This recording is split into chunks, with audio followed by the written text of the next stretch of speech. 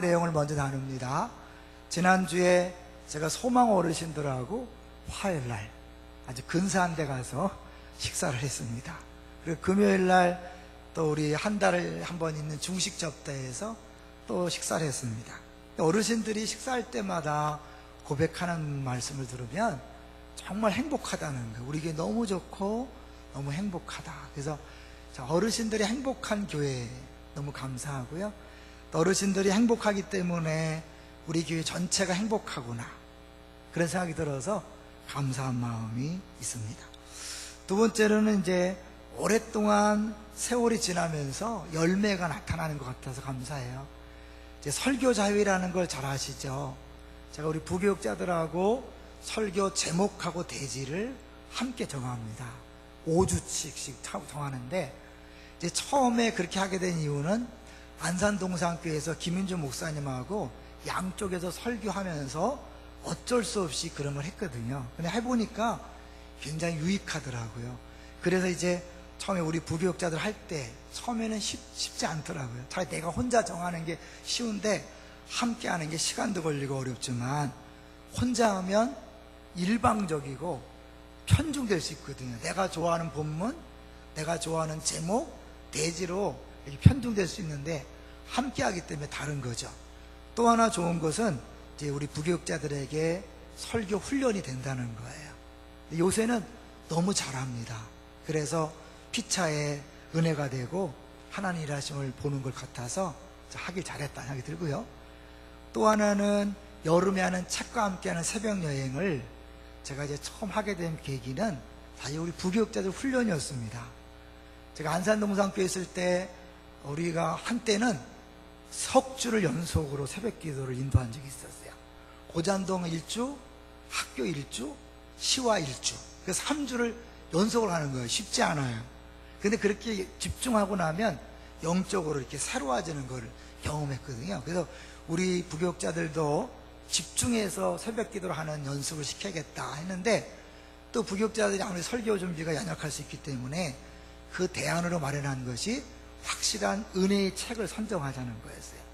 근데 그동안 참 좀 만족스럽지 못했는데 올해는 제가 먼저 은혜 받을 수 있도록 좋은 책과 설교를 잘하는 걸 보면서 참 감사하다. 시간이 필요하구나. 오랜 시간이 지나면서 열매가 나타나는 걸 보면서 감사하다.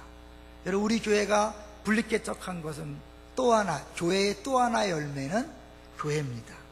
패밀리의 또 하나의 열매는 패밀리고요.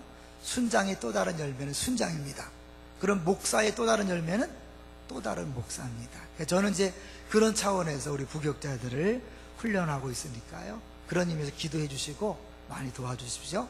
세 번째로는 이제 책세회를 통해서 제가 이번 주에 그 팀 켈러 목사님이 목회할 때 감정이나 느낌으로 하는 게 아니라 때로는 성도들이 불편하고 어려울 수 있지만 그러나 믿음으로 사랑하는 그런 훈련을 한다. 그걸 들었어요, 설교 시간에. 그러면서 아, 그렇구나, 나도 그렇게 목회해야 되겠다 싶으면서도 또 동시에 성경이 또 한 번 열리는 그런 은혜의 시간이었습니다. 그래서 저도 한 주간 행복한 그런 은혜를 경험했습니다. 감사합니다. 기대해 주셔서 감사합니다. 제목을 한번 같이 보겠습니다. 오늘 제목이 뭡니까? 그해 그때 그곳에서. 예전에 유행했던 게 있죠. 나는 내가 2000년 여름 해운대에서 한 일을 알고 있다. 네. 그런 것들이 한참 유행했었잖아요. 그걸 패러디한 건데요. 다윗이 그의 그때 그곳에서 심각한 범죄를 저질렀습니다. 그 죄가 어떻게 발전했는가를 살펴보고 그 죄로 말미암아 진짜 십자가를 만나고 복음을 만나는 그 과정에 대해서 한번 생각해 보려고 합니다. 먼저 다윗이 어떻게 죄를 짓게 됐는지를 한번 보겠습니다. 그의 그때 그곳은 어디였을까요? 자, 우리 11장 1절을 보겠습니다. 11장 1절 같이 읽어봅니다. 시작. 그 해가 돌아와 왕들이 출전할 때가 되매 다윗이 요압과 그에게 있는 그의 부하들과 온 이스라엘 군대를 보내니 그들이 암몬 자손을 멸하고 라빠를 에워쌌고 다윗은 예루살렘에 그대로 있더라. 그 해가 돌아와. 특별히 어떤 연도가 아니라 이 표현은 전쟁할 수 있는 때가 됐다는 거죠. 그래서 보통 이것은 비가 내리는 우기를 지나고 겨울을 지나고 건기가 시작되는 봄 직전, 그래서 4월 정도를 얘기하는 거예요. 비가 오는 우기는 춥기도 하고 습도 때문에 전쟁이 어렵습니다. 그래서 이제 비가 그치고 건기 시작되는 4월쯤에 전쟁을 하게 되는데, 그때 다윗은요 함께 전쟁터에 나가지 않고 왕궁에 머물러 있었습니다. 그것이 문제였어요. 다시 한번 볼까요? 이 다윗이 요압과 이스라엘 군대는 보냈지만 자기는 예루살렘에 그대로 있었어요. 그 다음에 그가 한 일이 뭔가 볼까요? 2절 보겠습니다. 2절 시작. 저녁 때에 다윗이 그의 침상에서 일어나 왕궁 옥상에서 거닐다가 그곳에서 보니 한 여인이 목욕을 하는데 심히 아름다워 보이는지라. 저녁 때에 침상에서 일어났다. 뭘 얘기하는 거예요? 하루 종일 낮잠을 잔 거예요. 잠깐 잔 것도 아니고 하루 종일 자고 저녁에 일어났어요.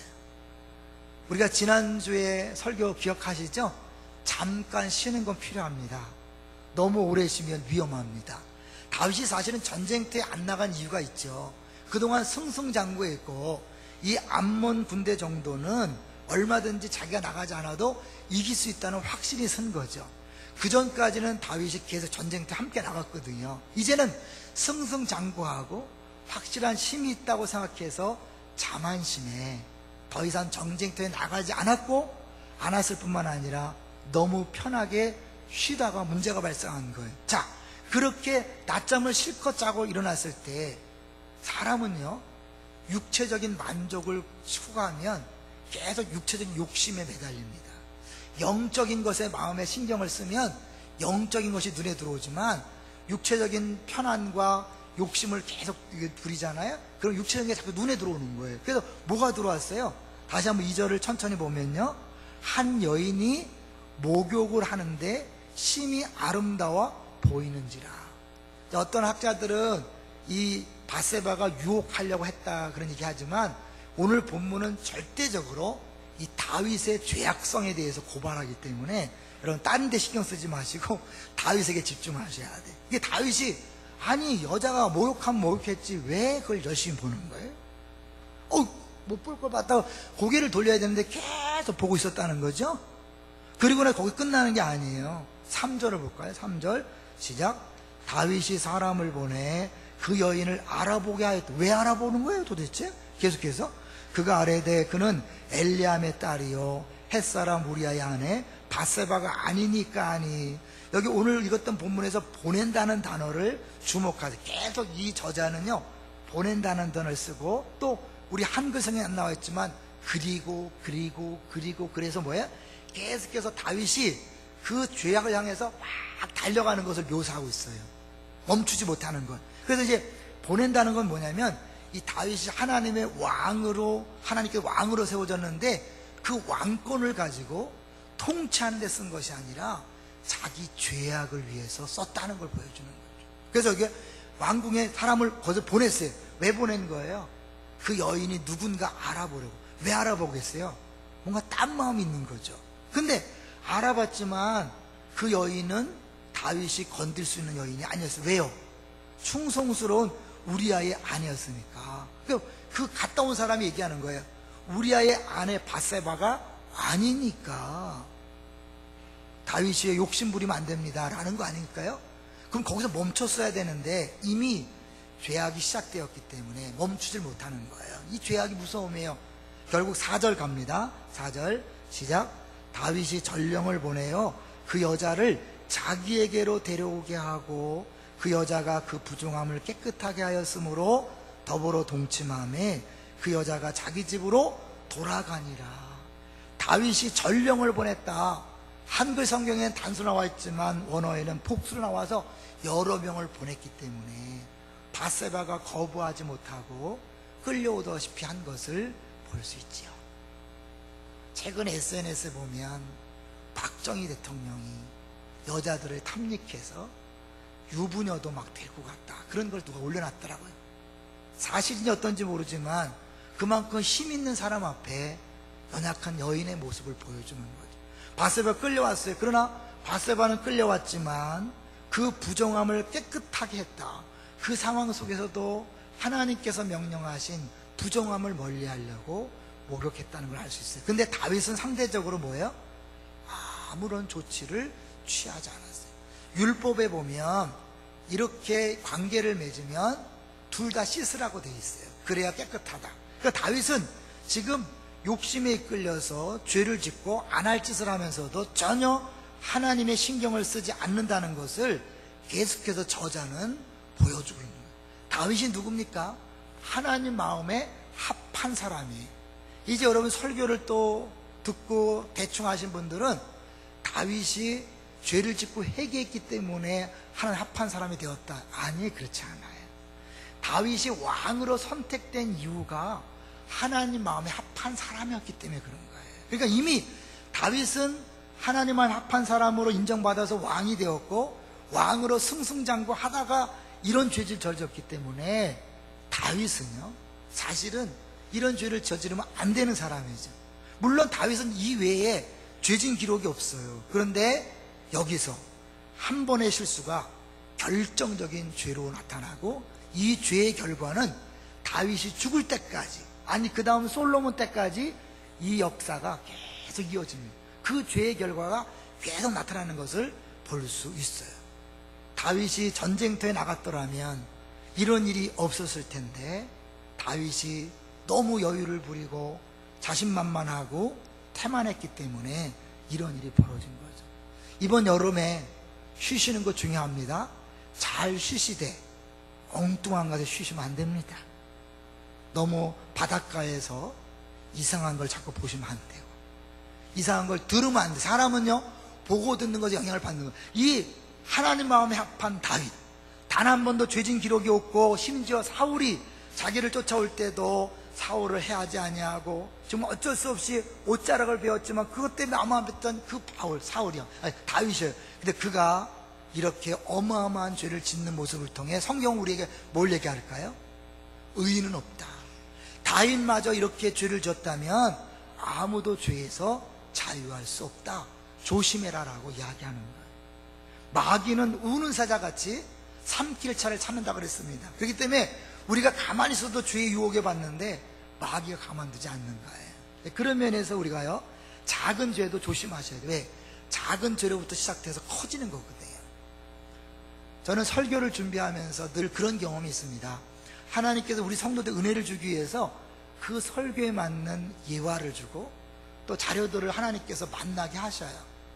그리고 설교를 하고 나면 여러분은 그런 걸 느낄 거예요. 설교 시간에 건강에 대한 설교가 나오면 그 주에 건강에 대한 문제를 만납니다.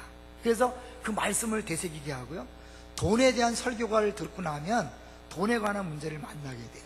관계에 대한 설교를 듣고 나면 관계의 문제를 접하게 되고 막 부딪히기도 그러죠. 경험 있으니까 그게 정상인 거예요. 자, 그런데 저에게 이제 설교 준비할 때마다 하나님께서 그런 은혜를 주는데요, 이건 죄에 대한 설교이기 때문에 예화 찾기가 쉽지 않았어요. 근데 하나님이 하나의 예화를 주셨어요. 우리 공동체에 심각하진 않지만 조심해야 될 한 일이 생겨서 한번 이번 기회에 말씀을 드리려고 합니다. 순장 모임에, 수요 순장 모임에 한 순장님이 이런 얘기를 했어요. 담임 목사님 설교를 부목사 한 명이 써준다더라. 할렐루야. 그러면 좋겠어요. 그럼 내가 얼마나 편하겠어요, 여러분? 설교 한 편 작성하는 게 얼마나 어려운지 몰라요.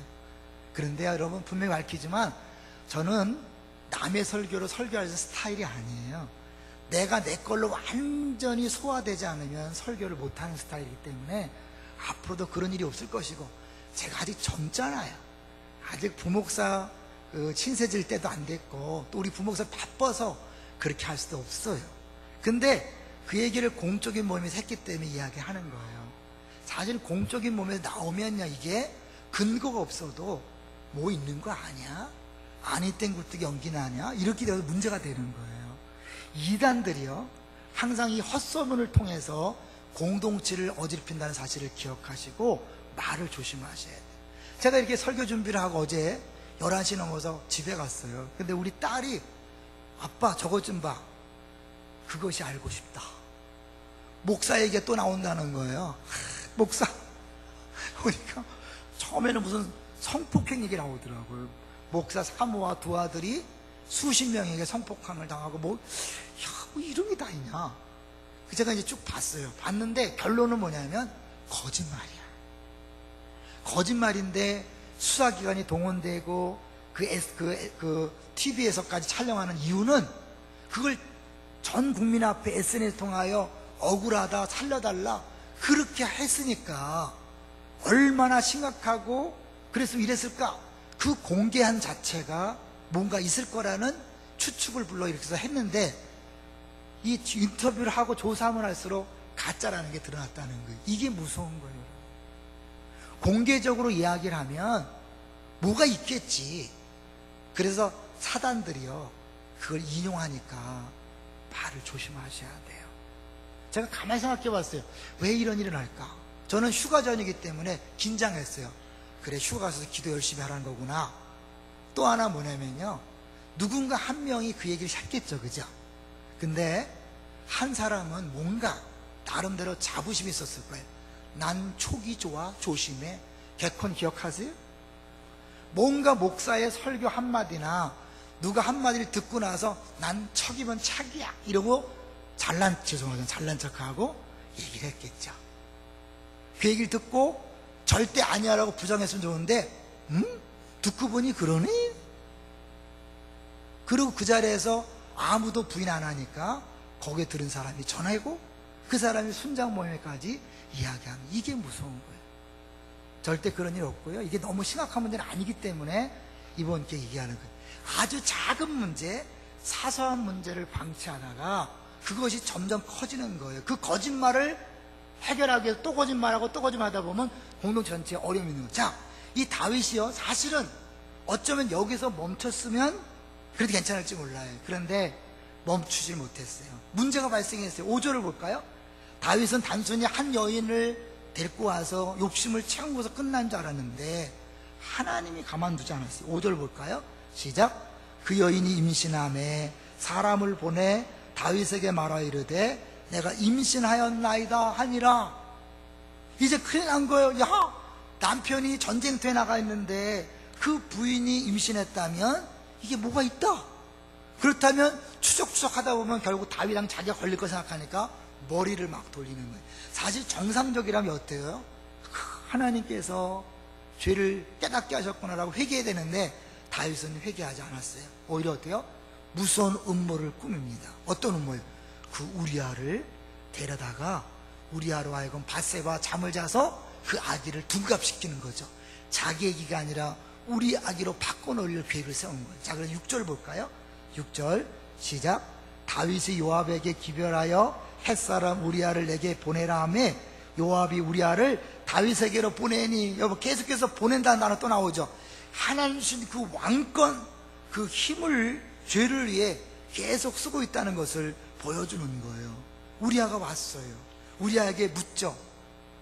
아주 거짓 웃음을 지으면서 요압의 안부와 군사의 안부와 싸움의 안부를 묻습니다. 이게 원어적으로는 샬롬 샬롬 샬롬이에요. 요압의 샬롬, 군사의 샬롬, 진영의 샬롬 하냐? 정작 샬롬을 깨트린 건 누군데요? 자기인데. 그렇게 뻔뻔하게 합니다.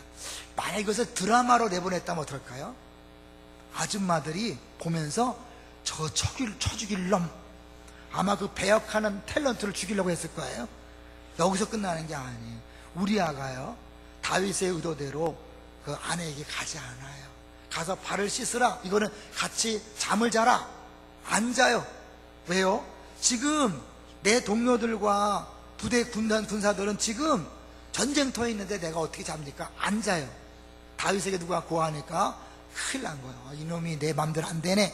그래서 어떻게 해요? 불러다가 야단을 칩니다. 10절 볼까요? 10절 시작. 어떤 사람이 다윗에게 아뢰되 우리아가 그의 집으로 내려가지 아니하였나이다. 다윗이 우리아에게 이르되 내가 길 갔다가 돌아온 것이 아니냐. 어찌하여 네 집으로 내려가지 아니하였느냐. 오히려 방귀 낀 놈이 소리친다고? 오히려 지가 소리치는 거죠. 여러분, 그래서요, 우리가 괜히 화를 잘 내는 사람 조심하셔야 돼요. 죄진 사람들이 더 화를 잘 내거든요. 어찌하여 집을 안 갔냐? 그러는 거죠. 우리아가 11절에 이렇게 말합니다. 이 우리아의 말을 통하여 하나님 뭐예요? 다윗이 얼마나 나쁜 놈인지를 보여주는 거예요. 11절 시작.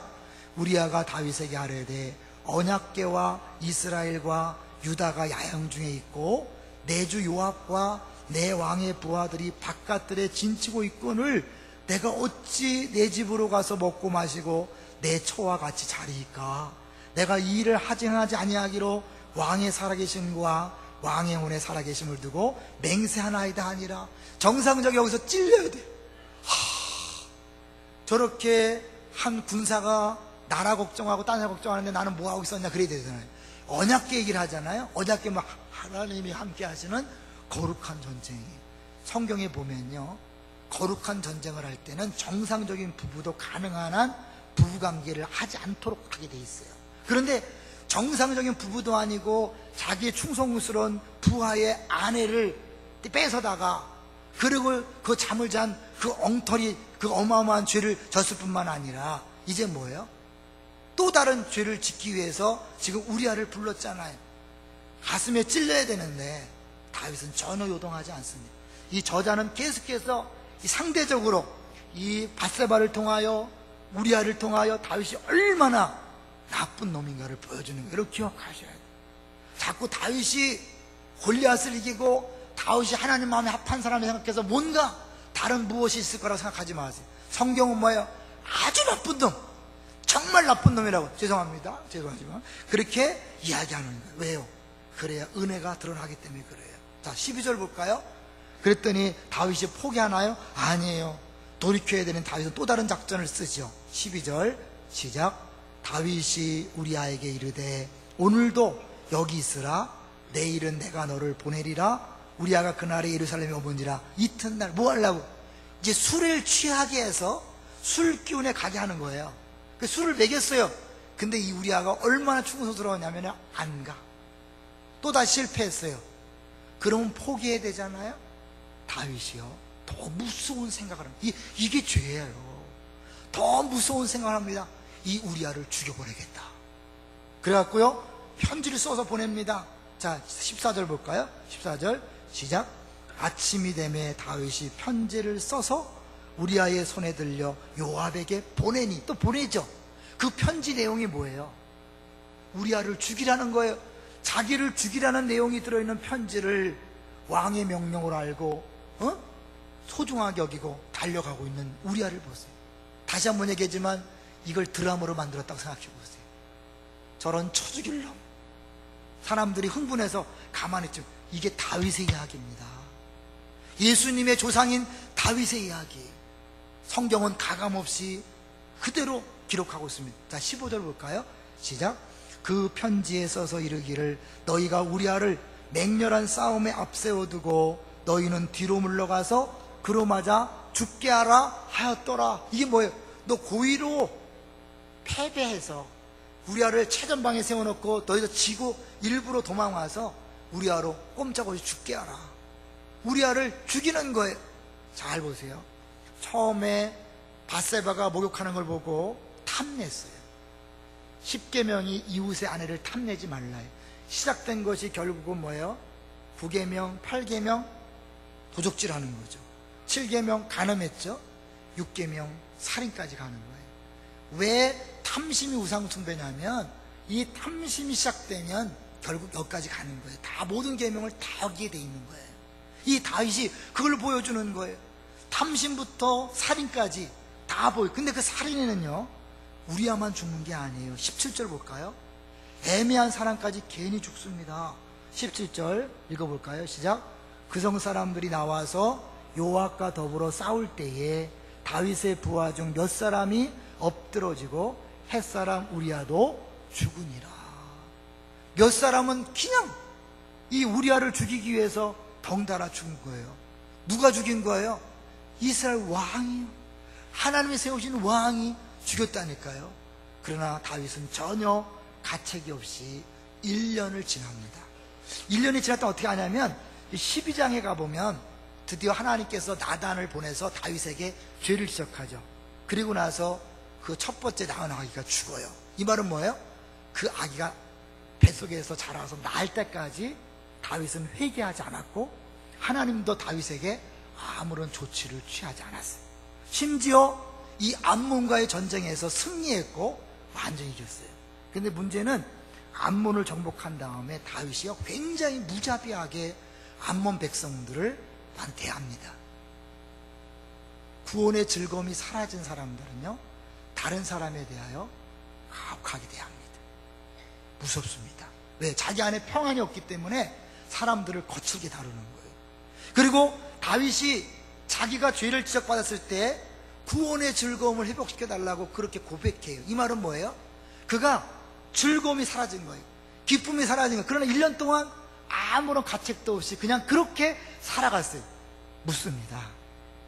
여러분, 예전에는 예수 믿는 게 정말 행복했는데 언제부턴가 힘들고 어렵고 답답하고 우울하고 재미없다고 느끼진 않습니까? 정말 구원의 즐거움이 있다면 여러분 기뻐해야 되는데 언제부턴가 내 안에 나를 누르는 게 있어요. 재미가 없어요. 기쁨이 없어요. 사소한 일에 화를 내요. 짜증이 많아요. 이거는 내가 이 죄사함의 구원의 즐거움을 잊어버렸다는 증거일 수도 있는 거예요. 다는 아니지만 다윗이요, 죄를 지적받은 다음에 그가 고백합니다. 우리 시편을 한번 가볼까요? 드디어 1년이 지난 다음에 하나님이 작심하고 나단을 보냅니다. 그럴 때 다윗이요, 그 지적을 받고 무릎을 꿇고 나서 이렇게 고백합니다. 시편 51편 5절을 볼까요? 자, 이제 드디어 하나님이 다윗을 어떻게 대하시는가를 볼게요. 그렇게 너무 말도 안 되는 죄인이에요. 정말 그런 죄인이 없어요. 그런데 하나님이 나단을 통해서 지적했고 다윗이 무릎을 꿇습니다. 그리고 깨닫습니다. 55절 볼까요? 시작. 내가 죄악 중에서 출생하였으며 어머니가 죄 중에서 나를 잉태하였나이다. 다윗은 골리앗을 물리치고 승승장구했고 사울 때문에도 범죄하지 아니하고 거의 완벽한 사람이었어요. 그 자기는 죄와 상관없다고 생각했지만 이 밧세바를 취하고 우리아를 죽이고 나서 1년 동안 무감하게 지내다가 나단이 당신이 죄입니다, 그 말을 듣고 정신이 번쩍 들고 보니까 자기는 머리끝부터 발끝까지 완전히 죄덩어리. 죄 아니고 설명이 불가능해. 따지고 보니까 언제부터 죄를 진 게 아니라 죄악 중에 출생했다. 모태솔로가 아니라 뭐예요? 모태죄인이라는 거예요. 모태죄인. 태어날 때부터 죄인. 김용희 선교사님은 짱아찌라고, 죄의 짱아찌다. 아주 철저하게 죄에 물들었다라고 이거죠. 그거를 깨달은 거예요. 한 번의 죄 같지만 다윗은 그 속에서 모든 죄를 다 범하면서 자기가 죄악 중에 출생한 가장 나쁜 죄인의 괴수라고 고백하는 거예요. 그랬을 때 어떤 일이 벌어지는가? 시편 32편을 가보세요. 시편 32편 1절과 2절을 보겠습니다. 1절과 2절 824페이지 시작. 허물의 사함을 받고 자신의 죄가 가려진 자는 복이 있도다. 마음에 간사함이 없고 여호와께 정죄를 당하지 아니하는 자는 복이 있도다. 누가 쓴 거예요? 다윗의 마스기라 그랬죠. 허물의 사함을 받았다는 거예요. 마음에 간사함이 없고 정죄를 당하지 않았다는 거예요. 자, 5절을 보세요. 그 30편 5절. 다윗이 이렇게 말하는 이유는 5절에 내가 이르기를 내 허물을 여호와께 자복하리라 하고 주께 내 죄를 아뢰고 내 죄악을 숨기지 아니하였더니 곧 주께서 내 죄악을 사하셨나이다. 셀라. 내가 죄악을 숨기지 않고 고백하자마자 주님이 곧 사하셨다. 이 말은 뭐예요? 용서할 준비가 되어 있는 거예요. 네가 네 죄를 고백만 하면 내가 용서하겠다. 그래서 나단을 보낸 것이고, 고백했을 때 무슨 특별한 행동을 한 게 아니에요. 죄값을 치른 게 아니에요. 무슨 행위를 한 게 아니에요. 하나님 일방적인 사랑으로 용서하셨어요. 이게 다윗에 대한 복음이에요. 그것을 바울이 로마서에서 그대로 인용합니다. 자, 어렵지만 볼까요? 로마서로 가봅니다. 로마서 4장을 가보세요. 이 동일한 이 내용, 이 다윗의 고백을 바울은요, 복음을 설명하면서 그대로 인용합니다. 로마서 4장으로 가보죠. 4장 6절부터 8절을 볼게요. 신약성경 244쪽. 신약성경 244쪽 로마서 4장 6절부터 읽어봅니다. 시작. 일한 것이 없이 하나님께 의로 여김을 받는 사람의 복에 대하여 누가 말한 바? 다윗이 말함. 일한 것이 없는, 무슨 행위가 있는 게 아니에요. 공로가 있는 게 아니에요. 그냥 하나님이 의롭다고 여기는 거예요. 7절 8절 시작. 불법이 사함을 받고 죄가 가려짐을 받는 사람들은 복이 있고 주께서 그 죄를 인정하지 아니하실 사람은 복이 있도다 함과 같으니라. 누구 고백이에요? 다윗의 고백을 그대로 썼지요. 다윗이 사실 그렇게 어마어마한 죄, 정말 도저히 비교가 안 되는 나쁜 죄를 졌지만 그가 자기가 철저한 죄인이라는 걸 인정하고 무릎을 꿇었을 때, 모태 죄인이라고 무릎을 꿇었을 때 하나님은 즉시 용서하셨습니다. 할렐루야. 이 복음이에요. 잘못하면요 다윗과 사울을 비교합니다. 사울도 죄를 졌지만 사울은 회개하지 않았고 다윗은 회개했기 때문에 용서했다? 그럴까요? 아니에요. 그렇게 되면 다윗의 회개는 공로가 되는 거예요. 아니, 여기서 말하는 것은 다윗의 회개가 공로가 아니라 그가 아무것도 한 것이 없지만 하나님이 일방적으로 그를 용서하셨고 사랑하셨고 회복시켰다는 것을 보여주는 거예요. 그래서 복음은 내가 어떤 공로로 노력으로 어떤 행위로 받는 것이 아니라 믿음으로 선물로 은혜로 받는 것이라고 바울이 이야기하는 거예요. 구약의 가장 나쁜 죄인을 들라면 다윗이 죄인의 괴수예요. 그 다윗마저도 하나님이 용서하셨습니다. 신약에서 가장 나쁜 죄인은 누구죠? 바울이 자기를 죄인의 괴수라 그랬어요. 난 죄인의 괴수다. 근데 주님이 자기를 용서하고 받아줬다고 그렇게 고백하고 있습니다. 다윗이 사울보다 나아서 하나님 앞에 용서받은 것이 아니라 하나님의 언약 때문이라는 걸 아셔야 합니다. 자, 이제 한번 언약을 볼까요? 다시 사무엘로 가보세요. 사무엘하 7장.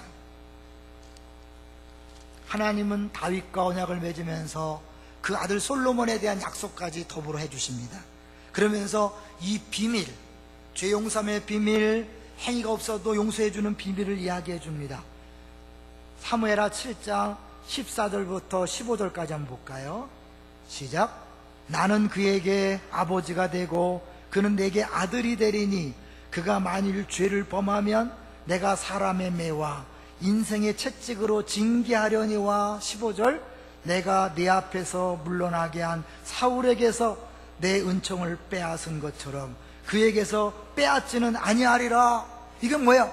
빼앗고 빼앗지 않는 것. 동일하게 죄를 졌지만 사울에게서 왕위를 빼앗은 이유와 다윗과 솔로몬에게 왕위를 빼앗지 않는 이유는 뭘까요?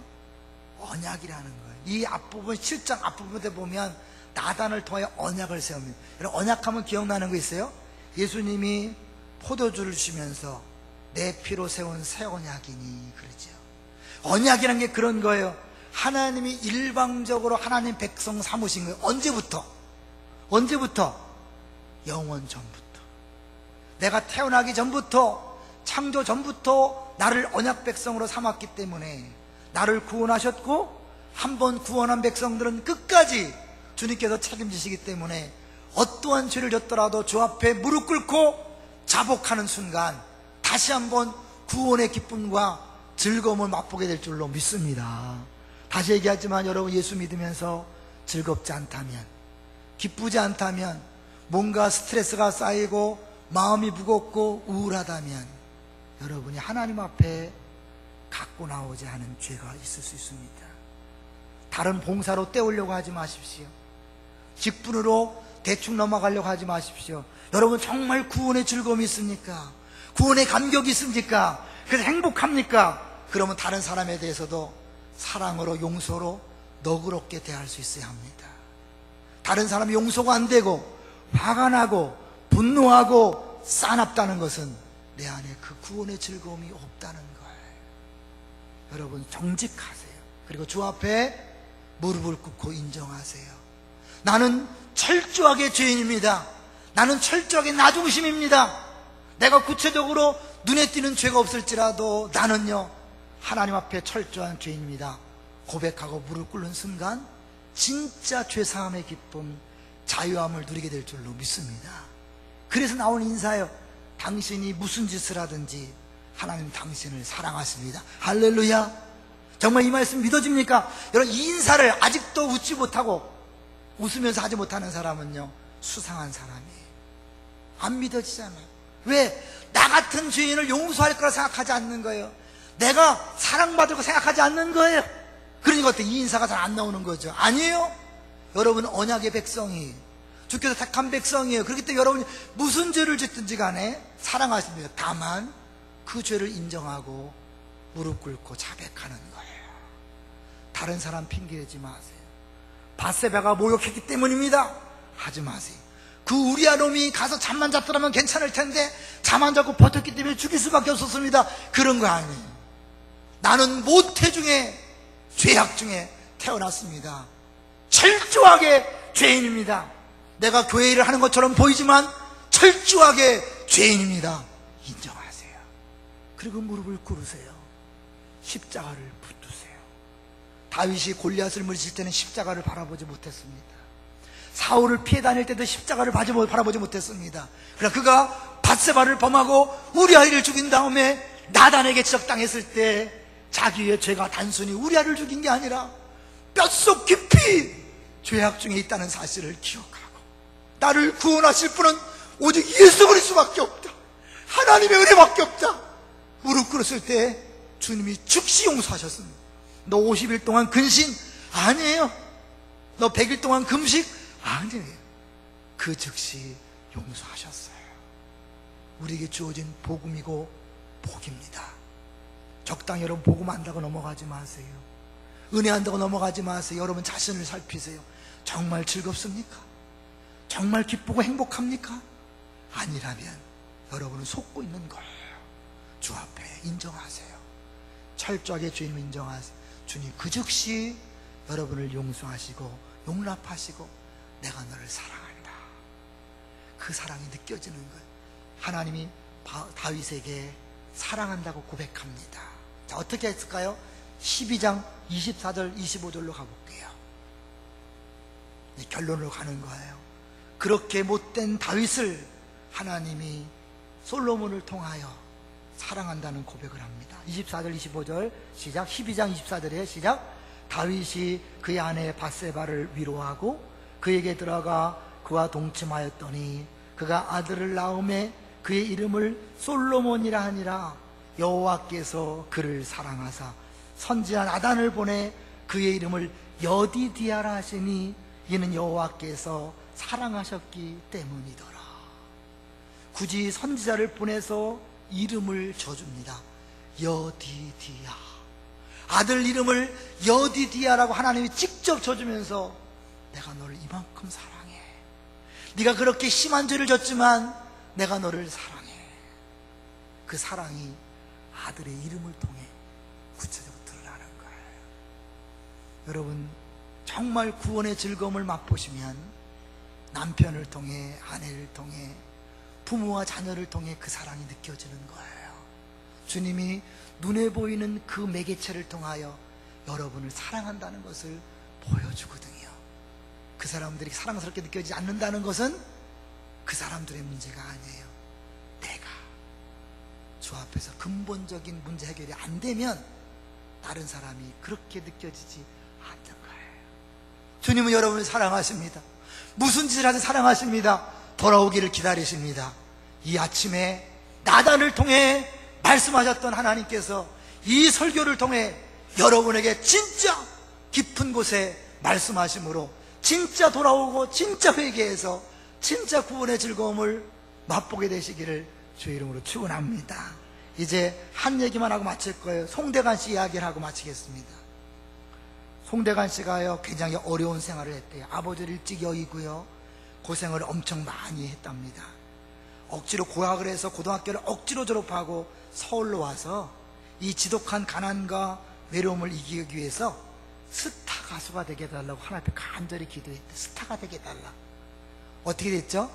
쨍하고 해뜰날 자사 작곡해서 정말 쨍하고 해뜰날 돌아왔어요. 돈을 버는데 얼마나 많이 벌었냐면 정말 방바닥 장판에 깔고 잘 정도로 그렇게 많이 벌었대요. 근데 돈이 들어오니까, 큰 부자가 되니까 세상이 달라 보이더래요. 주님이 멀어지더래요. 주일 한두 번, 두 번 빠지다가 자꾸 빠지고 11조도 떼어 먹다가 그야말로 매를 맞았대요.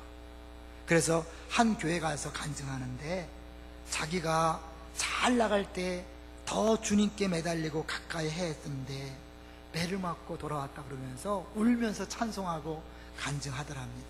그걸 보고 온 교인이 다 울었다는 내용이 흥밀부에 뜨더라고요. 다윗이요, 형통할 때 죄를 졌습니다. 자신만만할 때, 문제 없을 때 죄를 졌습니다. 이번 여름에 조심하십시오.